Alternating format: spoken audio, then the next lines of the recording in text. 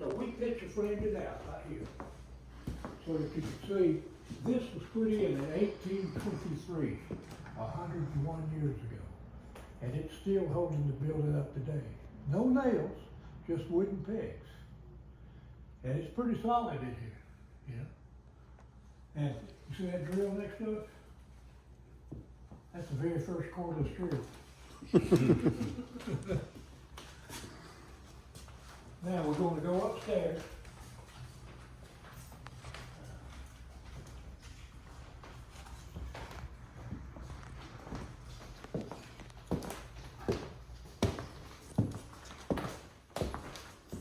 We replaced these steps. These are bottom steps.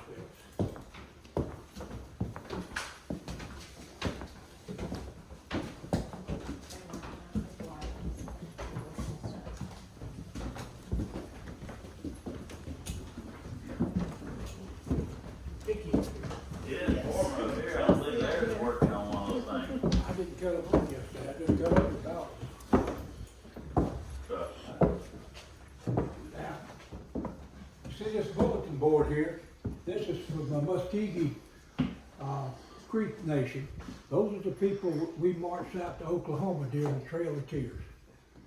And this is their bulletin board. They can come and do anything they want to, change it, whatnot. They do on a pretty regular basis. These two guys are they're chiefs, and they elect their chiefs like we do our president. Hope they got better sense than we do. But the next thing over here is this is a part of a birch bark canoe. And I say part of because the other part was in the water and it didn't make it. But we preserved this part here. And it was found here on the county of his farm. And we, when Mercer University revamped their history department, they gave us all their posters. And this thing, we call this the doll case. Because the kids not interested in the posters, they all down here on their knees looking at these things. And when the kids are here, we have to cover this picture. But now we're going to go into the artifacts room. And the artifacts room, if you look when you walk in, it used to be a hallway and 4 rooms in there, but we needed big rooms, so that's why we took all that stuff down. Oh, wow. See the lighter colored boards where the walls were. That's cool. Actually, you can see that, like Jimmy said, it's Go a ahead. hallway and 4 rooms. And the balance of everything you see from here on out is each room is going to be 2 rooms. You'll see it at the ceiling where they were divided, and these are the most generous rooms of the lot. These are much bigger than the other rooms would have been back in the day. And we'll have to cut on the air. I wasn't aware that it wasn't cut on already up here, but it's kind of warm. You got the keys? Yeah, I don't. Oh, where's that? I thought you had them. Maybe they, are they in that pouch downstairs? I gave them to you to open the bathroom. Oh yeah, by golly, I do have these. Open them bathrooms. Is that on there? Yeah, that's on there. Okay. I'll cut the heat. Yes, sir. Thank you. Yeah, turn the heat off. For real. But anyway, as you can see, and it was tough, and you can get a little taste of the summertime here right now. This heat. In the wintertime, there's no air conditioning, or no heat, no air conditioning in the summer. So it got a little tough in here. But this room here is kind of wild as far as the artifacts. Now, as you see, this first box of artifacts looks like rocks to me. You know, I'm no redneck. I'm not an Indian in any way. I can identify a couple of things in there, but the rest of it looks like rocks. But the archaeologists that come in here in the fall, they've told us they can tell by the density and the shape of the rocks that some of them's grinding stones, some of them hammer stones. But I told him I live on Yellowwater Creek, and if those are worth money, I'm a multi-millionaire. But it gets better as it goes. All these, I mean, the flint blades and arrowheads, and There's a hand axe here, and this hand axe, actually, my grandfather found one that's identical to that. I've got it on my desk at home right now. Gave it to me when I was in 2nd grade, and the only thing fake about it, he put a handle on it, and he didn't let me know that was not real. He put it on himself, but I had to have something to shake it with. But they've got arrowheads over here, and some of them are kind of funny shaped. They're flint drills. They use them to poke holes in hides and stuff so you can sew them together. And then it gets, like I say, there's trade pipes and such. Now, one thing I would like to invite y'all to, in September, and this year it'd be the 7th and 8th of September, they have the Indian Festival. And it is really worth seeing if you have the time for it. They'll have a bunch of Indians coming in, Native Americans, they want me to say, coming from Oklahoma. And they'll have dancing exhibitions, and they'll have weapons exhibitions. Like, you see this guy up here, he's chucking a spear, but he's using this. It's a weighted stick that they put the spear in the end of it, and it would, they called it an addle. And they'll show you both ways. They'll chuck the spear and then they'll use this, and it's so much faster and harder. Works really well if you know what you're doing, which I don't. But last time I was at the Indian Festival, they had a guy out there with the bow drill making fire. Now, if I can ever make that happen, my life will be complete. But he was good. I have tried. I can make smoke. I can't make fire. Now, in the middle here, there's 15 different treaties that were made with the Muskogee Creek Indians with the U.S. government. Of the 15 treaties, all 15 were violated by the U.S. government. You know, it's almost humorous if you look at the dates of them. They go from 1790 all the way up to 1866, and some of them's only a few months apart. You know, I always say, when you like to do that with your mortgage, I don't like this deal, so let's make another one. And that works if you're the U.S. government. But it doesn't work for me. Now, this gentleman right here, that's representing Yahula, Chief Yahula. He's the one that was supposed to have been on a rock outside hauling through the wind at McIntosh when he was signing the Indian Removal Treaty, that if you sign that treaty, you won't last another moon. And I've been here 3 years, and this fellow's always had this tomahawk. But he picked this bow up a couple of months ago. One of the chiefs from out in Oklahoma was here a couple months ago, and he brought that from the reservation. So it was made recently, but it is genuine Indian. But the reason they got the weapons on him is Yahula is credited with killing McIntosh, but he didn't really do it. He just got the party together. He got a couple hundred folks together to go to McIntosh's plantation, which was about 60 miles from here. And when they finally smoked him out, he hollered out and said, "Who wants to do the deed?" And this fella said, "That'd be me." Menawa. He was a war chief, and he'd been holding a grudge against McIntosh for 10 years. They met on the battlefield at Horseshoe Bend, Alabama in 1815. This is 1825, and for 10 years, he'd been telling everybody if he could get a chance to see him, he was going to kill him, because McIntosh, although he was a chief with the Muskogee Creeks, the lower Muskogee Creeks, he also was brigadier general in the U.S. Army.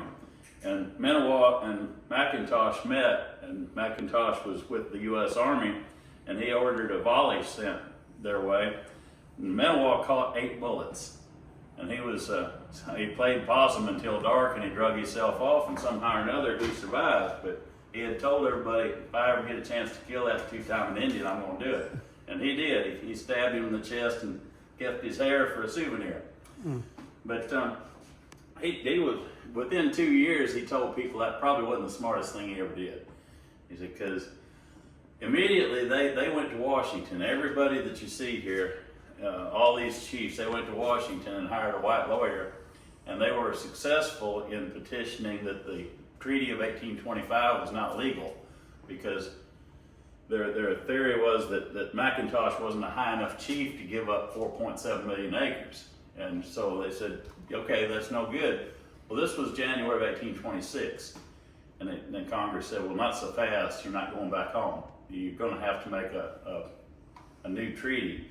So the Treaty of 1826, their lawyer had done left because he done did everything that they paid him to do, and they had to negotiate it themselves. And they weren't educated the way McIntosh was. McIntosh was educated in the white world and knew his way around. They traded 4,700,000 acres here in Georgia and Alabama and Tennessee for 4,700,000 acres in Oklahoma, and no money at all. McIntosh had made the same deal, only he got $200,000 to boot. So what they did was lose $200,000 for the tribe, and you can imagine how much $200,000 would be in 1825. Now, if you notice the last thing on there, those folks, they're pretty well dressed in white. A lot of them's even wearing ties. But this buffalo hide, baby buffalo hide, the folks from Oklahoma sent it to us as sort of a reminder of how strange the white people could be to them. They said when white people first came here, they said that we could live together with them if we would start using English and dress like white folks and quit being hunter-gatherers, have to be farmers. Well, we did all that. Eventually they decided they wanted us to leave anyway, even though we did everything. And when we went to Oklahoma, we had to go back to being hunter-gatherers or starve. So that's the point of why they sent that. We'll go on over to the next room, first one on the left, which is the cotton room. Like I said, if anybody has any questions, just pop them out.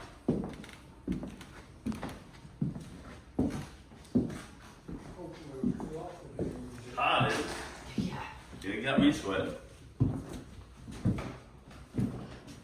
As you can see, now, this is a much smaller rooms. This is 2 rooms. And when you go across to the next room, I've had a lot of people ask, because there's a fireplace in there. I'll say, well, how do you split a fireplace? Well, they didn't. It didn't exist until Miss Jo took that room over, and they took a wall out to give her a bigger room, and she wanted a fireplace. As I said before, there's no heat, no air conditioner in here, but it's good to be queen. She owned the place. But the county, when we first started giving tours here, they wanted one room dedicated to cotton because cotton was king here for the longest time, even after the war. Although now there's not a single cotton farm anywhere in Butts County. They grow it east of here, north of here, and south of here, but they don't do it here because we're pretty hilly. I live about 7 miles from here. I got a little 40-acre patch over there, and you go into it's woods mostly now. But you can see how it's terraced. It's flat as they can make it, and then go straight down, flat again. So, which is good, but it's not like it would be down South Georgia or something like that. This is cotton as it would come out of the field, and they gin it, which took the seeds out. And after the seeds are taken out, you got 2 ways of going. You can sell your cotton there, and they'll bale it up and send it up north or export it. Or you can take it back to the plantation and process it there.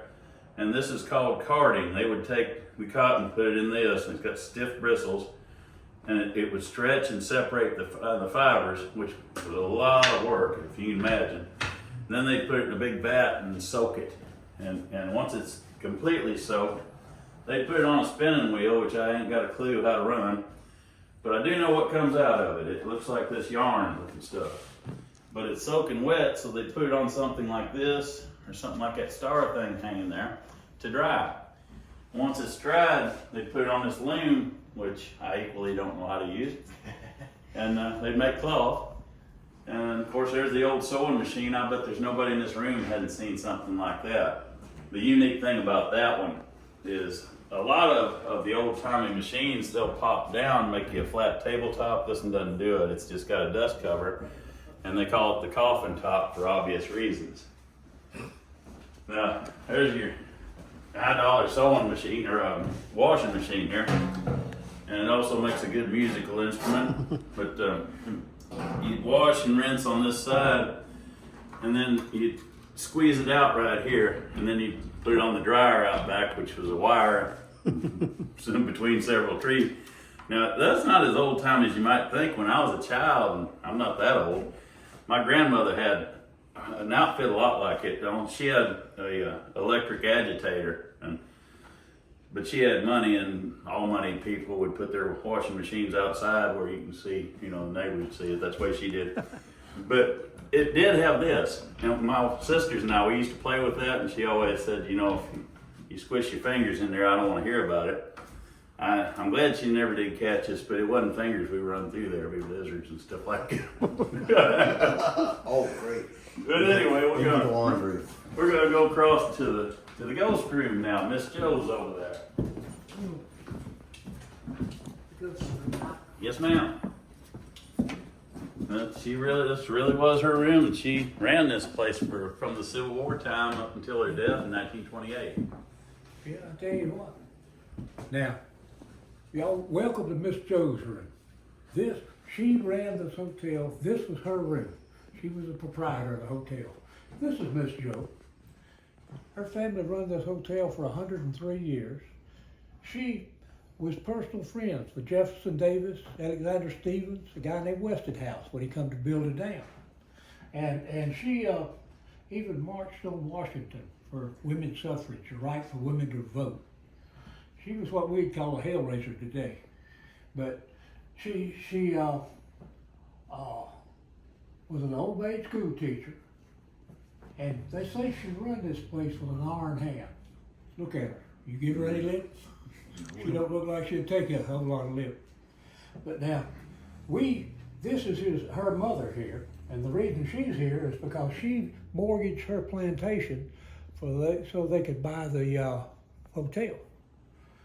And we will get ready to go home. We close off the lights, cut all the lights off, go on home. When we come back in the morning, there's a light on in some room. It's always a different room. And people will ask us, what were you doing at the hotel the other night? Well, we wasn't doing nothing. Well, I heard a piano playing. Well, we didn't hear nothing. We wasn't there. You know? So we decided that there's enough evidence that we would get the ghost chasers. And we got the ghost chasers off of TV, and this is what they gave us. This is 3 days and 3 nights. This is Miss Josephine sitting in the chair with a child on each arm, sitting in his chair right here.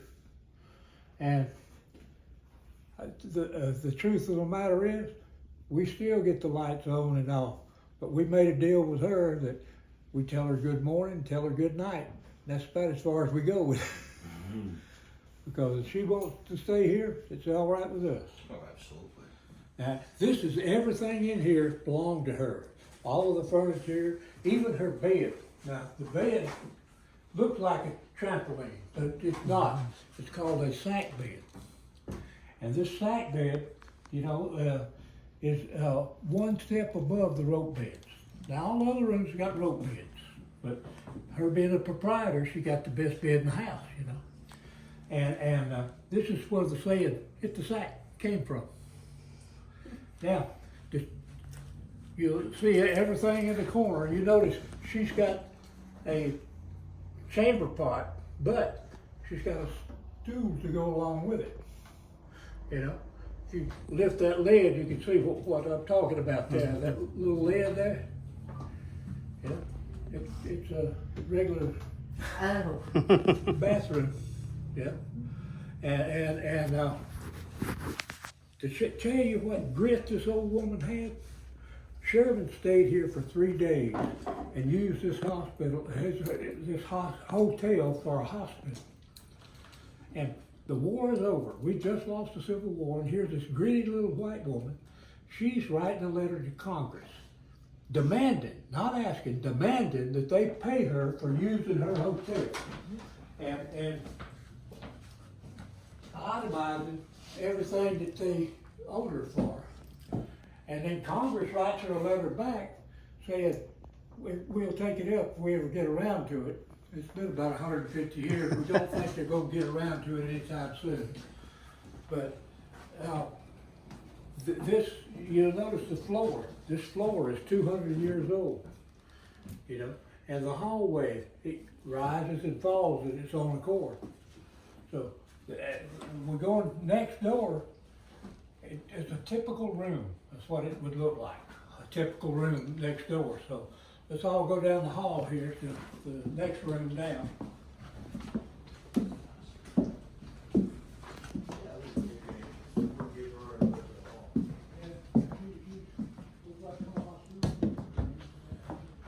It's pretty small. This again, this is 2 rooms. You can see from the ceiling. Now, this bed, this is actually the bed that was in this room at the time. We were fortunate enough, about 2 months ago, some of the descendants of Josephine Varner, they had some original furniture that belonged to this hotel. And this bed and the 2 beds in the next room and this dresser were part of what they gave us, and it's original stuff. And the cool thing with this, it not only is the bed that belonged in this room, this is the bed that Miss Josephine died in when she took ill in 1928. I don't know why she wouldn't want to have been in her bed, because it's much more comfortable than this. This is just an old rope bed, but and you know that her bed was the sack bed. It would have had a mattress on it like this, but it had been a lot more comfortable. The only thing I can figure, and that's what the Varner folks told me, is that she needed help when she was dying, so she came over here. But they said this is the actual dresser for this room. And another thing that you keep in mind when you came over here and spent the night at this hotel, back in the day there was no air conditioning, there's no heat. In the wintertime you stack up as many blankets and quilts as you can. And they also had this little item here. They'd fill it full of scalding hot water off the stove and put it on the bed there at the feet for, you know, under the first blanket until it cooled down a little bit, pull it out, and your feet might stay warm for a little bit. But it was, I wouldn't say it was much power. And in the summertime, no air conditioning, they just throw up the sash here, and there's no screens back then, so bugs just love these feather beds. And they call them feather beds, but you're lucky if you got that. Most of the time it was straw, or maybe I've even heard moss sometimes is used. But every room had this dry sink, and every room had a chamber pot. Miss Joe was the only one that had anything close to civil. You know, she still used chamber pot, but she had that thing to put in it. But everybody else just had that. Now, one of the only things too, I mean, it might help you stay warm a little bit too. They had a house rule that don't no more than 6 to a room. I don't know how many gets the bed, but there's going to be some people on the floor. My biggest problem with that is if I'm in the room with 5 other people, when it's my turn for the chamber pot, I think I'd probably get pee shock. You know, but I don't think I like that very much. But all these dresses, you know, like on this mannequin here and over around, even the baby dress, they belong to Miss Jane Ann Settle, and she was an author and a school teacher from Butts County. And if you see on the door, there's a black and white plain dress there. And when she left all these things to the county, she said, "You can see I like color." She said, when I taught school, it was for the Methodist school in Jackson, and they made her wear one of those every day. And she said, if I had to wear that black and white ugly thing every day, I want people from now on to have to look at it. So I want that to be the first thing they see. So the last thing in this room really is that buggy. It's got a really good spring action, and I don't know where everybody's from, but anybody that's from Jackson knows about the Carmichael Mansion. And the Carmichaels, until 1917, were the richest people around. They built the Carmichael Mansion in 1890. And in 1890, they had electricity in there, only people around, because they had their own generator. I don't know how many people has ever taken the tour there, but it's awesome. It's when I was young, they used to give tours over there, and I think they still once in a while do, but it's a wedding venue now, and it's certainly not worth going out through the house for that. But they built that and mostly built Surreys and buggies. But once 1917 come along, they couldn't hardly sell them because Mr. Ford was making the Model T. But that's pretty much this room. Now we'll go across the hall, and that's where McIntosh would stay when he was here. And that was very few times because he built this in 1823 and he was murdered in 1825. And he lived about 60 miles from here. I was just telling the other gentleman we've been to McIntosh Reserve in Carroll. Oh yeah. We're from Hurd County, so we're just 15 minutes away from there. And That's something I need to do. Now, the It's- reason there's McIntosh a chose building this there, room like a is big because it had a church. breeze from that window It's pretty and a interesting. breeze from the other side of that window. I need to go. And He's it had been. a I front haven't fireplace. been. I need to So see it. it's the only room in the hotel that was like that. And so Well, that's cool. that's why McIntosh chose it. Now we make it into the McIntosh room. We have his genealogy on the wall over there. And all of these books, or anything you wanna research on McIntosh, we've got it right here. Wow. And those pictures over here, the guy out there on the corner, now he'll be here. He's McIntosh's great grandson, and he'll be here when we have the September Indian Festival. He'll be sitting in that chair right there, and he'll be telling stories. This floor will be full of kids listening to them stories. So he's a great storyteller. I'll listen to him sometime too. But now, this is his great grandson. His name was Dode McIntosh, and he was a college professor. And he used to travel around the country giving seminars on Indian lore. And I asked him why he wore that hat. And I said, your tribe didn't wear that. They wore the turbans like McIntosh. He said, because this is what they expect the Indians to look like. So, but yeah, you know, we told you that this was a resort. And a lot of people don't understand what would entice somebody to come to a resort. What would be a draw to get you to come to this resort? Well, if you follow us down the hallway, we're going to show you.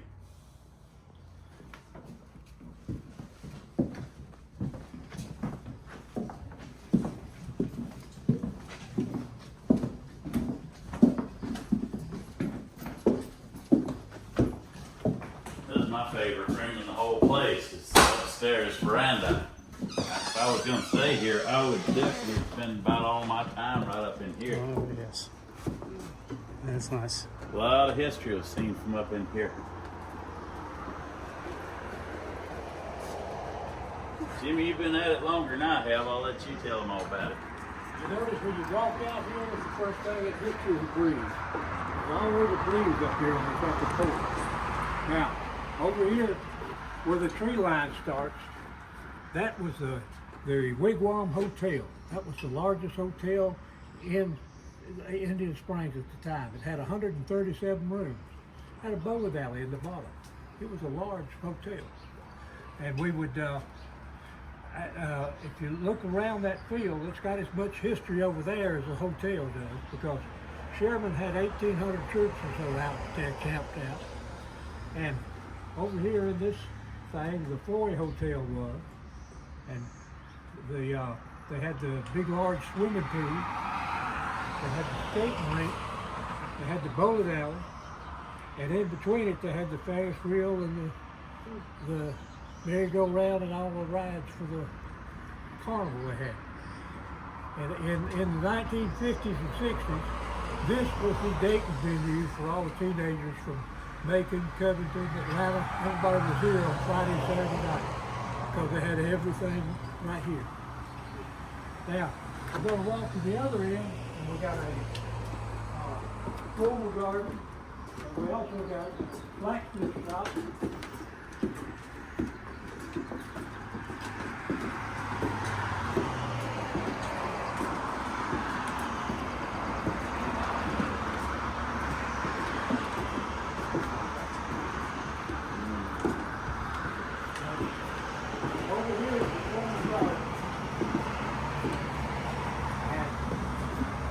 Under these trees with the blacksmith shop. And out here, this is where the Indians that play their flutes and their drums and all when we have the Indian festival, they dance out in front of it. Where that fence is, we got bleachers on both sides of it, so people will sit there and watch it. And we had to put the fence up because some dummies fell off. And now, you guys remember when the Braves come to Atlanta? And out on the left field, they had a two-peat. And every time they'd hit a home run, which was very seldom, this Indian would run out to the floor of the gate and dance around and run back in. They called him Chief Wakahoma. And his real name was Levi Walker, and he lived right over here for about 20 to 40 years, I guess. And he passed away a couple of years ago, but he was Chief Oklahoma, we'd have our Indian festival, we'd sit down there in a rocking chair and sign baseballs. So he was about 89 years old. He was pretty heavy, so he passed away about a year and a half ago. And this garden, we named this for a little head. Her husband was together. And they used to come to the oldest campground right up the road to spend a lot of their summers up there. And she would come down and help them with the garden. She loved to work in the garden. So when she passed away, they named the garden after her. You know? Now, let me show you something else. On this side, we got a rock. Get the finger I out think we get in this thing with a rock. You okay, I do. Yeah.